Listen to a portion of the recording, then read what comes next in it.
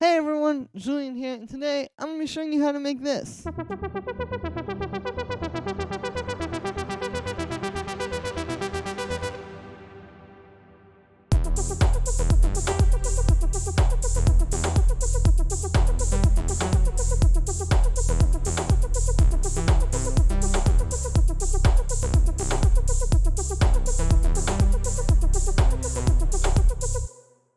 Now, before the video starts, I just want to let everyone know I've actually teamed up with Production Music Live for this video, and in the description, you can see there's a link to their Melodic Techno course. So this is a course just on how to make this style of techno in Ableton. If you like this video and want to go a little bit deeper, it's definitely a great way to do it, so I recommend checking that out. I also want to let everyone know that you can get the project file and samples from this video in the description. So make sure to check that out as well. And yeah, let's dive in. So this is, like the title says, how to make the Tale of Us style more like melodic kind of techno. And I'm just going to go layer by layer and break it down. So the first layer is this lead, which sounds like this. And so the way I made this was basically I just have this sort of E minor arpeggio going on. We have E, G, and B, the three notes of the E minor chord in its most basic form. And then as far as the synth sound goes on this, what I did was basically it's a saw wave going into a low pass filter, which has a little bit of automation on the frequency. I'll talk about that in a sec. But yeah, I have it going. Basically, I have this LFO controlling the filter cutoff and the volume. So that's what's giving you that like kind of movement there. And then as far as the notes go, something I do want to talk about a little bit really quick before I talk about the automation is the pattern here. So like I was saying, it's a very simple pattern. It's just three notes that keep repeating, and the pattern is really only half a bar before it resets. This is kind of like bringing the techno element into this. The thing is that this music is very like melodic and deep, and it can almost go into house territory sometimes.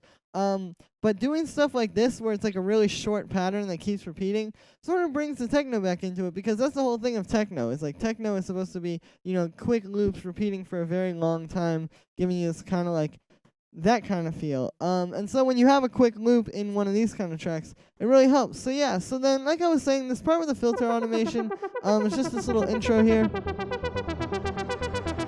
So the filter just comes up, and that just sort of builds the tension there, and then it comes back down for this part.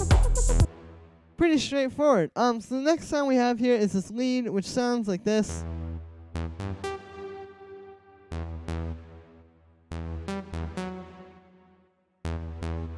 So the way I made this sound, as far as the notes go, it's just playing all these notes that are in sort of the two chords that I play here, which is E minor and C major. And then basically all of these like up high notes here are just sort of, extra octaves of voices from that chord, or those chords. So for example, like this really high one here is just a G, which as you can see down here is just a note from the E minor chord. Same thing here. I guess I threw in a few extra notes like that F sharp, but that's just kind of extra stuff. And then same thing here, and then yeah, again, like a few extra notes here and there, but really the main thing you want to do is just follow the chords for this one. So that's what I recommend for writing those kind of leads. Now, as far as the sound goes, it's just a saw wave in analog. I have it going into this low pass filter, which, as you can see, the frequency is set all the way down, but the envelope is pretty high, so that's what's giving it like the pluck.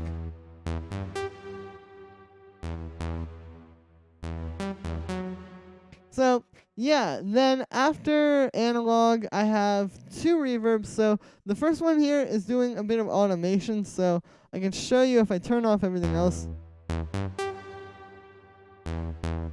So you can kind of see, basically what I did was I automated the dry wet, and then I automated the decay time, and you can see, if we look here, that yeah, so they just kind of go up on like certain notes here. I try to use this sparingly, but this is something very important.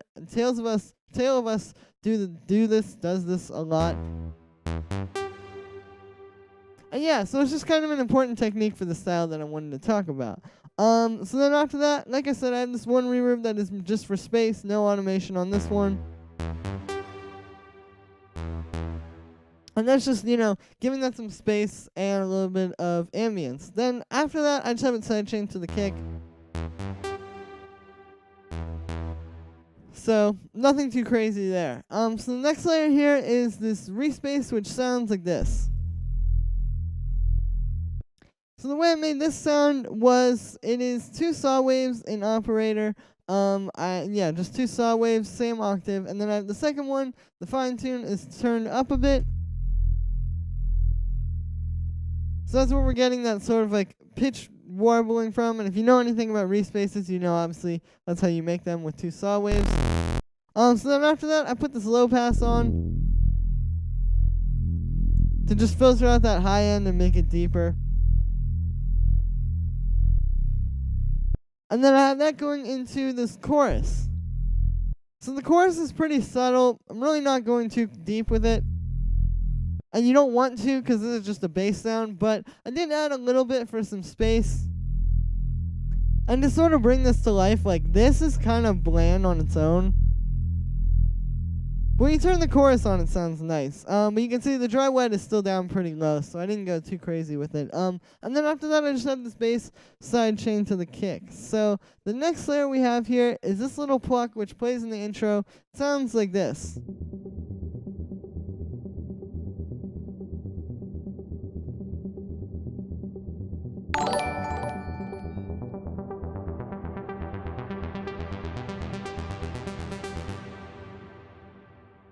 So that are pretty straightforward. Like I said, it's just a simple thing that kind of plays in the intro. So the way that I made this was basically I just have this arpeggio playing with this E minor chord. You can see, like I was saying before with the other ones, this one is all just E minor chord notes, but kind of placed around the different octaves.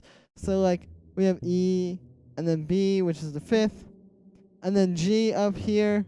But if we put it down an octave, you can see it's just the 3rd. Pretty straightforward. And then what we're doing here is just automating the filter cutoff up toward the end here. So this kind of gives like an interesting feel. Something I noticed in Tale of Us's tracks a lot. They do this like when it starts out. I mean, it sounds like an art for the most part, but it's a little bit ambiguous. Like it could be some kind of a pad or something. It's more atmospheric than anything at the beginning. But then when it starts opening up, you kind of get a clearer sense of it. And this is a cool technique because, you know, it kind of leaves your listeners like a little bit, like it gives it a little bit of mystery, you know, it sort of makes them wonder like what's going on. So that was the purpose of that. And then, yeah, as far as the synth sound goes, it's just a saw wave going into a low pass, like I was saying, a little bit of an envelope there, and then the automation on the cutoff. And then after that, I just have a reverb just for some space. And it helps with that kind of like ambiguousness I was talking about at the beginning as well. So yeah, so the next layer we have here is this kick, and basically all the drums. I'll play them on their own together. So yeah, those are the drums, and then like I said, we start with this kick. Really nothing too crazy here. I didn't do any processing. I just have it turned up pretty high.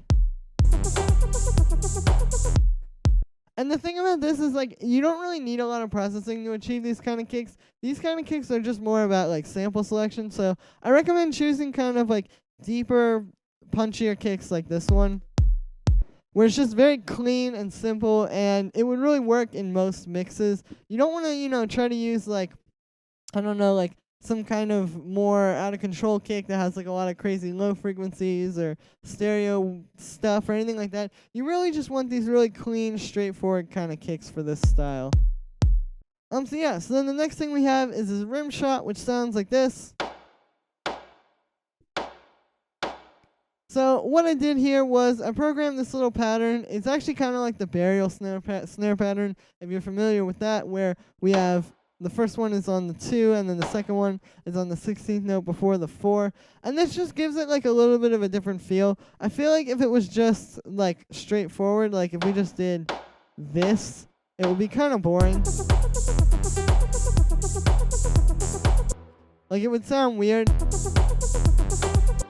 But this just gives it a little bit more of an interesting groove. And so for these kind of sounds, there's really not a lot of processing on this one as well, just like with the kick. These ones are really just about sample selection, you know. I recommend looking through old, like, kind of Like, there's a lot of different things you can look at, like Foley sounds, old UK garage sample packs. Really anywhere you can find something that kind of just resembles a rim shot and has this kind of organic feel. If you get the project file from this tutorial, which is in the description, you can get this rim shot if you want to use it. But yeah, just like any kind of big organic kind of rim shot like this. And then to accentuate that, I added a bit of reverb. Since this is so sparse, there's like a bit of time in between each one of these hits. You can really get away with a lot in terms of like reverb and even maybe like delay on a rim shot like this. So that's what I did. I just used a pretty good amount of decay time and a pretty low dry wet, so it's not too much. But you can hear it just helps bring it to life and give it a little bit of space. So the next thing I have are the hi-hats, which I'll just play at the same time. They sound like this. And so the way I made these was, first I started with the shaker, which the original sample sounds like this. So yeah, just like an organic kind of shaker. And what I did was I put it in a simpler, and you can see I dragged it back, the little start time back to here. So it already makes it just sort of more clicky. And then if you look at the envelope here, the amplitude envelope, I set it like this so it's more just like short. Like this is without it and with. So yeah, it just kind of makes it very like tight and machine-like. I honestly could have probably synthesized this, especially because I synthesized this other hi-hat, but I figured I'd try it this way. And yeah, so I recommend just doing stuff like that, like getting a shaker or any kind of like, again, more organic kind of percussion like that, and trying to turn it into a hi-hat is a really cool way to get interesting sounds. So then the next hi-hat is this one. This open hi-hat, and I made this an operator. So the way I made this was I took some white noise, I set the envelope like this, so a bunch of release and a pretty short decay time, and then I have that going into a bandpass filter where we have a bit of resonance and the frequency is set there and there's no envelope. So this is a really great way to make open hi-hats as well as closed hi-hats, because if you just turn like one of these knobs, or like multiple ones at once, you can really hear like there's a lot of fluctuation you can get with this sound. Like there's a lot of like different combinations, basically is what I mean to say. Like you can get a lot of interesting tonal, just kind of like sonic qualities, I guess, to your hi-hats by doing this. It gives you just the utmost control and ability to make your own sound. So that was how I made that hi-hat, and that is going to be it for today, guys. Like I said, main things to take away from this video are like the cool arps and like stuff like this, sort of bringing the techno vibe back into it because it's so short and it's being repeated a lot of times. And then like I said, with the cool arps, playing like the notes inside of the chords. And then like with the drums, just looking for like, you know, big punchy kicks and kind of more organic percussion. So like I said, that's going to be it for today, guys. Make sure to check out the project file and samples for this video in the description, as well as the Melodic Techno course from my friends at PML. And yeah, I will see you guys again tomorrow with another tutorial.